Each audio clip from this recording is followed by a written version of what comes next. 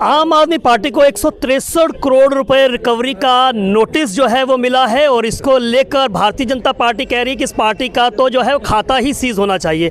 मनोज तिवारी साहब, आप कह रहे हैं कि खाता सीज होना चाहिए, वो कहते हैं कि संविधान को ताक पर रखकर भारतीय जनता पार्टी जो है वो अधिकारियों को अपने इशारे पर चला रही है। 163 करोड़ रुपए विज्ञापन का पैसा जो है, जनता की खून पसीने की गाड़ी कमाई का पैसा जो है वो विज्ञापनों पर लुटाया जा रहा है। आप इसको लेकर सवाल उठा रहे हैं। देखिए, दिल्ली सरकार ने लगभग 5,000 करोड़ का एडवर्टीजमेंट किया है। हम उस पर नहीं सवाल उठाए हैं। जो भी कंप्लेनेंट है उसने सवाल उठाया 163 करोड़ पे, मात्र 163 करोड़ जो खजाने का पैसा था और खर्च हुआ इनके पार्टी का चेहरा चमकाने में। तो इसलिए हमने कहा कि 163 करोड़ पार्टी ने अगर अपने पे खर्च किया तो पार्टी का अकाउंट करिए सीज, और उसके बाद उसको हिसाब किताब हो जाएगा।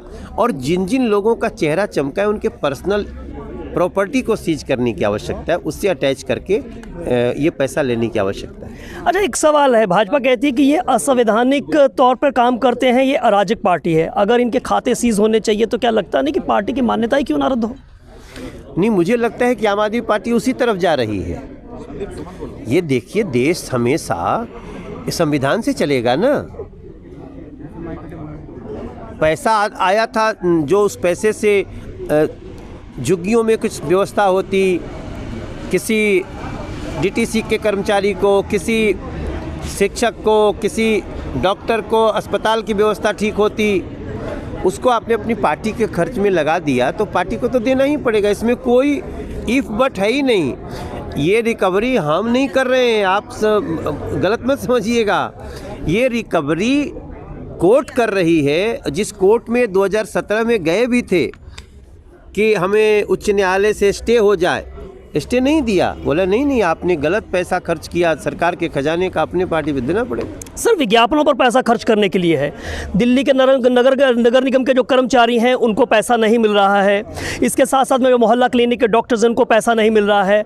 अस्पतालों की स्थिति जो है बड़ी ख़राब है और इसका ठीकरा सीधा जो है वो वित्त जो सचिव हैं उनके ऊपर जो है वो फोड़ा जा रहा है। या आपको क्या लगता है कि अपनी जिम्मेदारियों का पहले तो मोदी सरकार के ऊपर, भाजपा के ऊपर ठीकरा, लेकिन अब अधिकारी भी निशाने पर आ गए? वो देखिए, दो तरह के प्रयास कर रहे हैं। एक तो चाहते हैं मुद्दा डाइवर्ट हो जाए, दूसरा चाहते हैं डरा लें, और तीसरे में आते हैं अच्छा बताओ कितना है। तो इसमें तीसरा वाला ही चलेगा। यही बात सबसे पहले कहनी चाहिए थी। और देखो, ये देश संविधान से चलता है, कोई झूठ बोल करके, फरेब कर के नहीं बच सकता। 163 करोड़ रुपया रिकवर करना ही है, और एजेंसी जरा भी दबाव में न आए, भारतीय जनता पार्टी की कोशिश है। एक आखिरी सवाल ये है कि भारतीय जनता पार्टी की इस पर क्या रणनीति होगी, क्योंकि सवाल वो ये भी उठा रहे हैं कि दूसरे राज्य भी जो है वो पैसा विज्ञापनों पर खर्चते हैं। आपने ये मुद्दा उठाया है, तो इस पर क्या कहना चाहिए? ये भी जो इनका 163 करोड़ पकड़ा गया है वो किसी न किसी के तो कंप्लेन पे ही पकड़ा गया है।